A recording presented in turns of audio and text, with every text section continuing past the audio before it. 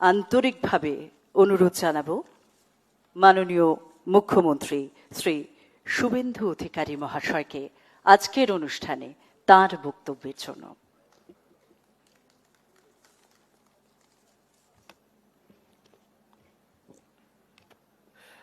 শুভ সন্ধ্যা। সমবেত মাননীয় প্রধানমন্ত্রী নরেন্দ্র মোদীজির ঐতিহাসিক সিদ্ধান্ত 2019 নাগরিকত্ব সংশোধনী বিল, যা 2024-এ আইনে পরিণত হয়েছে, তার দ্বারা উপকৃত আমাদের সহনাগরিকবৃন্দ, আপনাদের প্রথমেই আমি পশ্চিমবঙ্গ সরকারের পক্ষ থেকে স্বাগত, অভিনন্দন, শুভেচ্ছা ইত্যাদি জ্ঞাপন করছি। আমাদের আজকের অনুষ্ঠান একটি ছোট্ট অনুষ্ঠান, কিন্তু এটি অত্যন্ত গুরুত্বপূর্ণ অনুষ্ঠান। কারণ আমরা সরকারের পরিবর্তনের পরে এক সন্ধিক্ষণের মুহূর্তে এখানে দাঁড়িয়ে আছি। সিএ সার্টিফিকেট বিতরণ এটা মূলত অনলাইনে হয়, ভার্চুয়ালি অনেকে যুক্ত আছেন, অ্যাকচুয়ালি আপনারা আছেন। কিছু জনের হাতে আমরা প্রতিলিপি তুলেও দেব অনুষ্ঠানের অঙ্গ হিসেবে। সমগ্র অনুষ্ঠানের ব্যবস্থাপক উত্তর 24 পরগনা জেলার জেলা শাসক মহোদয়া, রাজ্য সরকারের যে দপ্তর এই বিষয়টি দেখছেন, রাজ্যের স্বরাষ্ট্র সচিব শ্রীমতী সংঘমিত্রা ঘোষ মহোদয়া আইএস, এখানে দুজন সম্মানীয় ক্যাবিনেট মন্ত্রী উপস্থিত আছেন, আমার সতীর্থ অর্জুন সিং এবং ডক্টর কল্যাণ চক্রবর্তী। আমাদের মধ্যে সিএ সংক্রান্ত ভারত সরকারের আধিকারিক উপবিষ্ট আছেন। আমাদের মধ্যে অনেক এমএলএরা আছেন, এখানে স্থানের অভাবে প্রথম সারিতে বসেছেন। আমাকে বরণ করতে গেছিলেন গেটে এইচএস এর সঙ্গে 3 এমএলএ, দেবদাস মন্ডল, তরুণজ্যোতি তেওয়ারি এবং পীযূষ কানোড়িয়া। আমি তাদেরকে সাথে নিয়েই মঞ্চে চলে আসি। তারা নেমে যাচ্ছিলেন, আমি বললাম বসার ব্যবস্থা করতে। এইখানে যেহেতু জায়গার কম, সেখানে আমাদের অনেক এমএলএরা, সুব্রত ঠাকুর, আমাদের রত্নাদি, আরো সবাই আছেন, প্রত্যেকেই সম্মানীয়, বরণীয়। আমি আমার সকল বিধায়ক বৃন্দকে অন্তর থেকে সম্মান জ্ঞাপন করছি, কারণ আমি লিডার অব দ্য হাউস, আপনাদের নেতা বিধানসভার। এবং আমি খুশি শুধুমাত্র আমার স্বদলীয় বিধায়করা নন, যারা আমাদের বিরোধী দলের বিধায়ক তারাও এখানে এসেছেন সরকারি প্রোগ্রামে। এটা আমরা অনেক দিন ধরে, এই 11 সপ্তাহের সরকার আমরা এটা চালাচ্ছি। কিন্তু 21 থেকে 26 আমি এলওপি ছিলাম, আমার কোথাও ডাক ছিল না। এমএলএদের কথা তো ছেড়েই দিন, অর্জুন সিং নিজে ছিল না, ওনার পুত্র ছিলেন এমএলএ, ডাক পেতেন না কেউ। সুব্রত ঠাকুর ছিলেন, কোথাও ডাক পেতেন না। যাই হোক, আমি সকলকে অভিনন্দন জানিয়ে আজকের এই কর্মসূচির তাৎপর্য প্রথমে বলি। বিগত সরকার সিএ এর বিরোধিতা করেছে। তারা বলেছে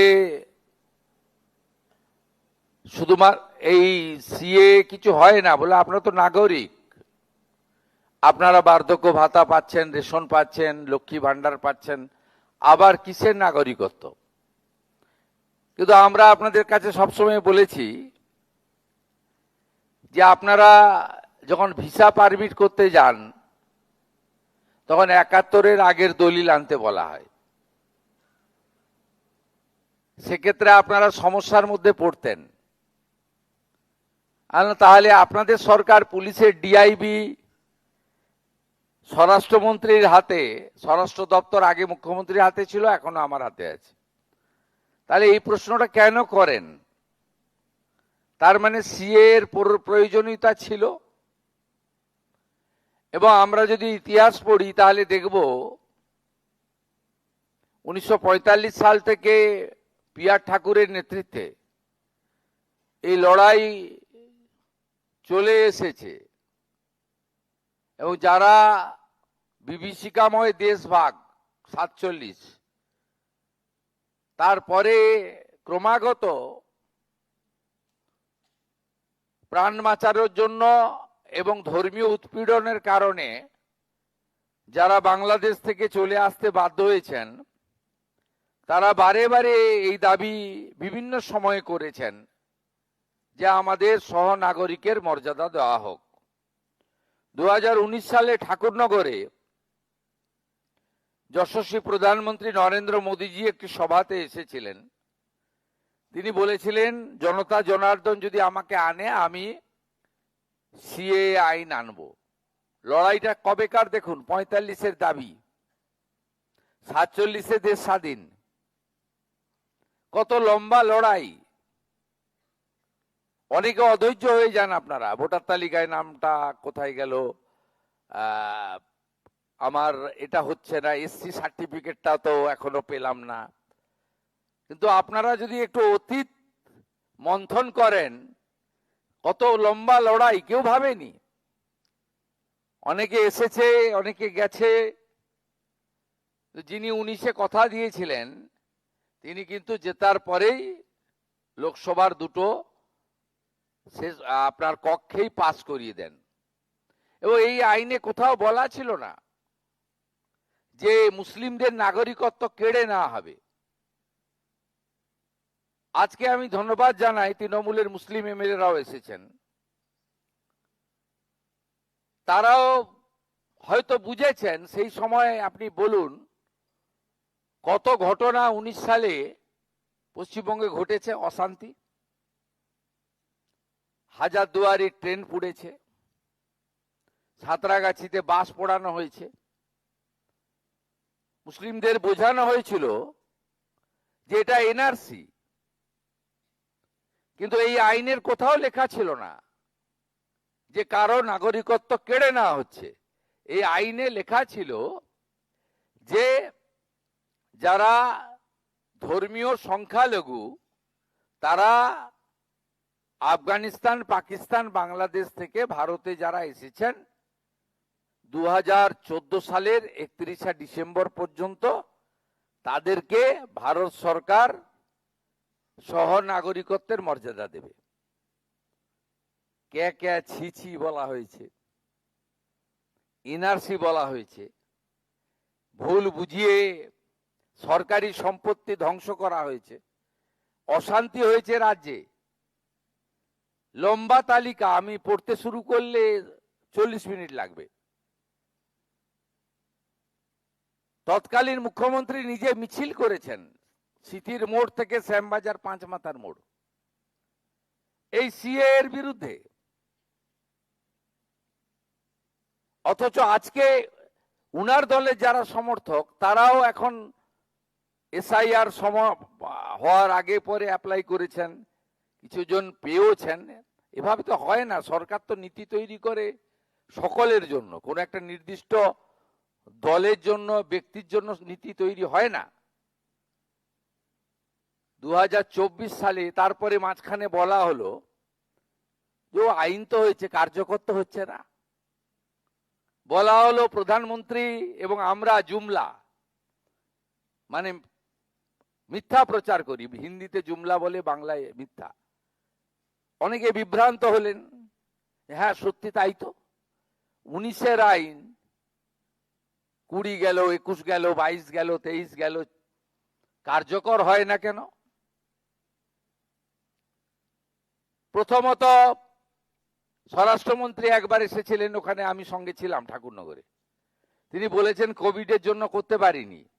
20, 21, 2 সাল কোভিড ছিল, ভ্যাকসিনেশন চলছিল, বলে এগুলো কমপ্লিট হয়ে যাক, করে দেবো। রুল মানে আইনের পরে রুল বের করতে হয়। ঠিক 2024 সালে 6 মার্চ ভারতের স্বরাষ্ট্র দপ্তর রুল জারি করে দিল। রুল জারি যেই হয়ে গেল,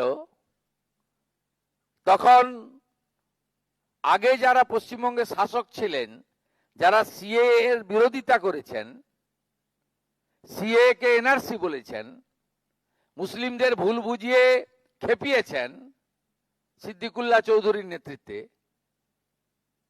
সেই তারাই বলল একদম অ্যাপ্লাই করবেন না। অ্যাপ্লাই করলে কি হবে? আপনি চাকরি করেন, চাকরি যাবে। আপনি পেনশন পান, পেনশন বন্ধ হবে। আপনি রেশন পান, রেশন বন্ধ হবে। আপনি ভাতা পান, ভাতা বন্ধ হবে। আপনার ছেলে মেয়ে স্কুলে যায়, স্কুলে যাওয়া বন্ধ হবে।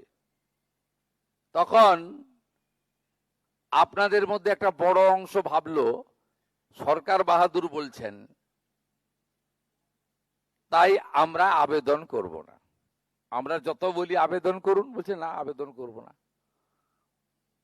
বার্ধক্য ভাতা, বিধবা ভাতা, লক্ষ্মী ভান্ডার, চাকরি বাকরি, স্কলারশিপ, হ্যানা তেনা, রেশন সব বন্ধ হয়ে যাবে।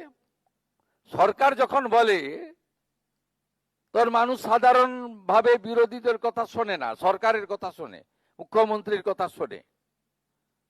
তা শুনলো, আবেদন টাবেদন খুব কম সংখ্যায় হলো। যেই ভোটার তালিকার এসআইআর শুরু হলো, তখন উনারাই মুখে না বললেও ভিতরে ভিতরে বললেন, রানাঘাট, বনগাঁ, বারাসাতে আবেদন করে দেন, আবেদন করে দেন, আবেদন করে দেন, এছাড়া কোনো বিকল্প রাস্তা নেই। এ তো একটা মিথ্যার উপরে দাঁড়িয়ে এত বড় অধিকার, এই অধিকার থেকে আপনাদেরকে বঞ্চিত করা হয়েছে। ভারতবর্ষের সব রাজ্যে, গুজরাটে, রাজস্থানে, সেখানে ভারত সরকার রাজ্যকে দিয়ে দিয়েছে। ডিস্ট্রিক্ট ম্যাজিস্ট্রেটরা তারা দ্রুত হিয়ারিং করে নিষ্পত্তি করছে। এখানে আগের সরকার বিরোধ করেছে, তারা চায়ওনি, ন্যায়ওনি, ভারত সরকার দেয়ওনি। তা আমরা সরকারে এসেছি মাত্র 11 মাস। আমরা মোট এখন অবধি সিএ সার্টিফিকেট দেওয়া হয়েছে 23,956 জনকে। এই 11 সপ্তাহে আমরা দিয়েছি 5,966, এবং মোট আবেদনকারীর সংখ্যা 2,30,605। আমরা আজকে সার্টিফিকেট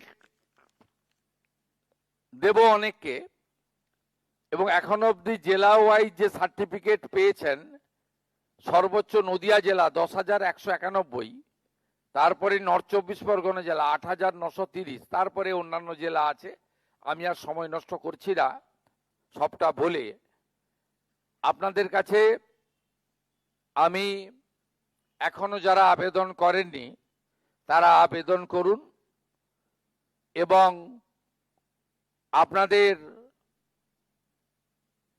ওই ওবিসি এসসি সার্টিফিকেট সংক্রান্ত যে বিষয় ছিল, ইতিমধ্যে সার্কুলার করে দেওয়া হয়েছে। জানেন যে কনফিউশন ছিল আপনাদের একটা। দ্বিতীয় হচ্ছে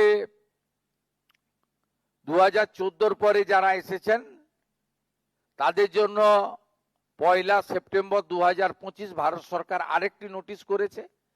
31/12/2024 পর্যন্ত তাদের এই সিএ এর আওতায় আনার কথা বলা হয়নি আপাতত, কিন্তু বলা হয়েছে কোনো পুলিশি হয়রানি তাদেরকে ভারতবর্ষের কোনো পুলিশ করবে না, পশ্চিমবঙ্গ পুলিশও করবে না। এই সময়কালের মধ্যে যদি সিএ এর আওতায় পড়েন, এমন কেউ জেলে থাকেন বা জেলে গিয়ে থাকেন, তার তালিকাও আপনারা দেবেন। আমরা তাদের সরকারি পিপিকে দিয়ে জামিনে মুক্ত করার ব্যবস্থা করব। কোথাও কাউকে পুলিশ হয়রানি করছে না, করবেও না। আর দ্রুত আপনারা আবেদন করতে শুরু করুন। মাননীয় কেন্দ্রীয় স্বরাষ্ট্র মন্ত্রীর নেতৃত্বে হাই লেভেল টিম পশ্চিমবঙ্গে 3 সপ্তাহ ছিলেন। অনেকগুলো পয়েন্টে আলোচনার সাথে সাথে সীমান্ত সুরক্ষা সহ তারা আমাদের বলেছেন। গতকাল আমি স্বরাষ্ট্র সচিব কেন্দ্রীয় ফোন করেছিলাম যে আমরা কতদিনের মধ্যে গুজরাট, রাজস্থানের মতো আমাদের হাতে পেয়ে যাব। পশ্চিমবঙ্গ সরকারের হাতে, অর্থাৎ আমরা ডিএম সাহেবদের দিয়ে বা ডিএম ম্যাডামদের দিয়ে দ্রুত নিষ্পত্তি করতে পারবো, অতি দ্রুততার সঙ্গে। উনি আমাকে টেন্টেটিভ বলেছেন যে প্রক্রিয়া শুরু হয়েছে, আগামী 1 মাসের মধ্যে আপনারা পেয়ে যাবেন। আমরা পেয়ে গেলে আমরা দ্রুততার সঙ্গে 6 মাসের মধ্যে যত সিএ আবেদনকারী আছে আবেদনকারীদের আবেদন নিষ্পত্তি করব। নতুন যারা আবেদন করেননি 31/12/2014 মধ্যে এসেছেন তারাও আবেদন করবেন। আরো সরলীকরণের ব্যবস্থা হবে এবং এটা হয়ে যাওয়ার পরে ভোটার তালিকায় নাম অন্তর্ভুক্তকরণ, তার পরবর্তী সময়ে এসসি সার্টিফিকেট, যারা এর আওতায় এসসি আওতায় পড়ছেন, এই বিষয়গুলিও সম্পূর্ণভাবে দেখে নেওয়ার দায়িত্ব আপনারা যাকে মুখ্যমন্ত্রী করেছেন সেই শুভেন্দু অধিকারীদের। আপনারা সবাই ভালো থাকবেন। আমি ঠাকুর হরিচাঁদ ঠাকুর, ঠাকুর গুরুচাঁদ ঠাকুরকে স্মরণ করে আপনাদের সকলকে অভিনন্দন জানিয়ে জয় হরিবোল মন্ত্রের মধ্য দিয়ে আমার বক্তব্য শেষ করলাম। ভালো থাকবেন। আন্তরিক ধন্যবাদ জানাই মাননীয় মুখ্যমন্ত্রী পশ্চিমবঙ্গ সরকার শ্রী শুভেন্দু অধিকারী মহাশয়কে। এবারে নাগরিকত্বের শংসাপত্রের সেই বিতরণ অনুষ্ঠান, একে একে আমরা নাম ঘোষণা করব এবং যাদের নাম ঘোষণা করা হচ্ছে তারা একে একে মঞ্চে আসবেন।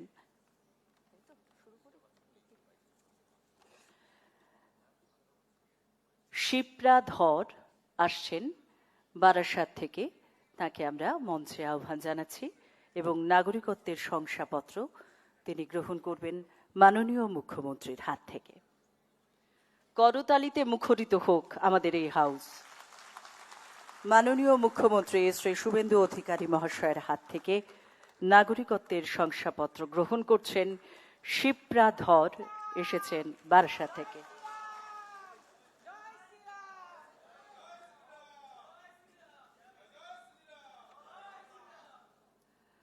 আন্তরিক ধন্যবাদ।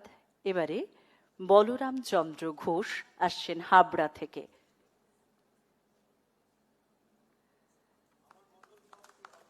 মাননীয় মুখ্যমন্ত্রীর হাত থেকে গ্রহণ করছেন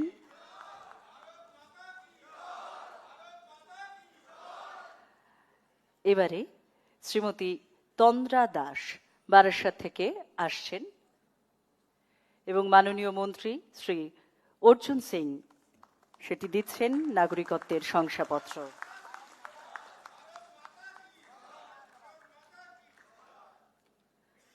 এরপরে অনিকা দাস হাবড়া থেকে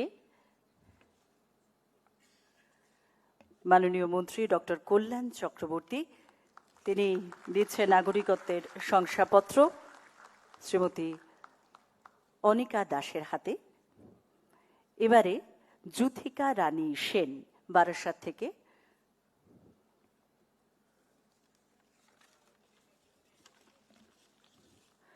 মাননীয় বিধায়ক শ্রী পীযূষ কানুরিয়া তুলে দিচ্ছেন নাগরিকত্বের শংসাপত্র।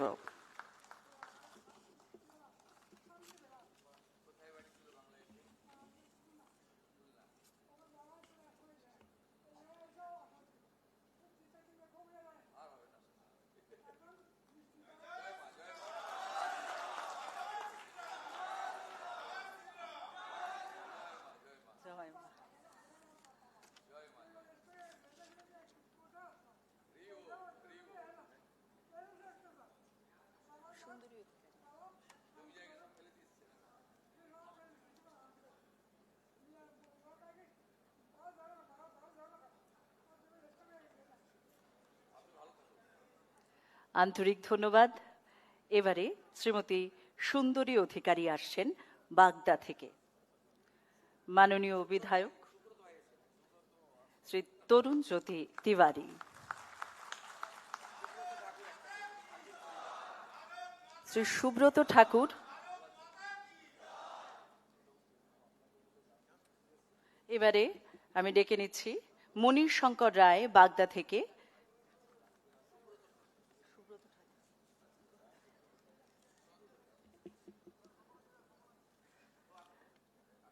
শ্রী দেবদাস মণ্ডল তুলে দিলেন মাননীয় বিধায়ক হাবড়া। এবারে শ্রী সুব্রত ঠাকুর মাননীয় বিধায়ক তিনি তুলে দেবেন। আমি ডেকে নিচ্ছি রঞ্জন বালা গাইঘাটা থেকে। শ্রী সুব্রত ঠাকুর মাননীয় বিধায়কের হাত থেকে তিনি গ্রহণ করলেন নাগরিকত্বের শংসাপত্র।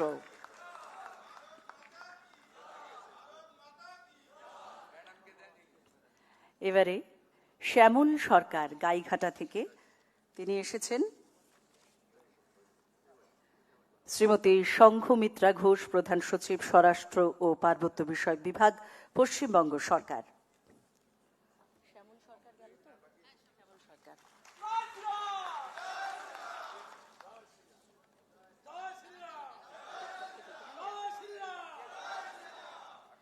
শ্রীমতী রত্না দেবনাথকে মঞ্চে আসতে অনুরোধ করা হচ্ছে।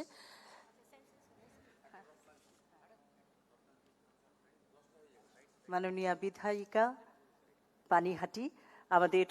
এবারে আমরা শ্রী বিষ্ণুপদ বিশ্বাস বনগা থেকে আপনি এগিয়ে যাবেন। শ্রীমতী রত্না দেবনাথ এই মুহূর্তে মঞ্চে, তার হাত থেকে গ্রহণ করছেন নাগরিকত্বের শংসাপত্র শ্রী বিষ্ণুপদ বিশ্বাস।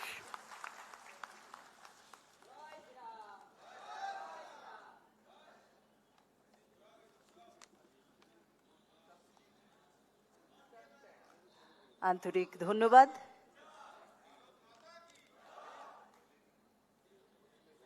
সকলকে আসন গ্রহণ করতে অনুরোধ করব এবং ধন্যবাদ জ্ঞাপনের জন্য জেলা শাসক উত্তর 24 পরগনা শ্রীমতী শিল্পা গৌরী সারিয়াকে অনুরোধ করব ডায়াসে আসতে।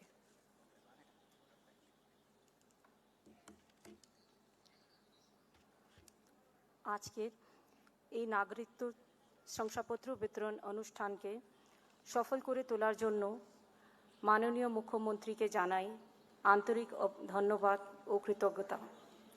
আন্তরিকভাবে ধন্যবাদ জানাই উপস্থিত মাননীয় মন্ত্রীবৃন্দ, বিধায়কগণ, বরিষ্ঠ আধিকারিকগণ সহ সকল বিশিষ্ট অতিথিবৃন্দ, এখানে উপস্থিত উপভোক্তাগণ এবং ভার্চুয়াল মাধ্যমে যুক্ত অন্যান্য জেলার উপভোক্তাদেরকে বিশেষভাবে ধন্যবাদ জানাই উপস্থিত সংবাদ মাধ্যমের প্রতিনিধিদের, যাদের সহযোগিতাতে এই গুরুত্বপূর্ণ অনুষ্ঠান আরও ব্যাপকভাবে মানুষের কাছে পৌঁছে যাবে। সকলের উপস্থিতি ও সহযোগিতার জন্য পুনরায় আন্তরিক কৃতজ্ঞতা জানাচ্ছি। ধন্যবাদ।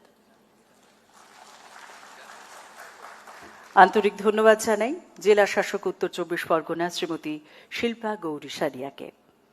আমরা এখন অনুষ্ঠানের অন্তিম লগ্নে এসে উপস্থিত হয়েছি।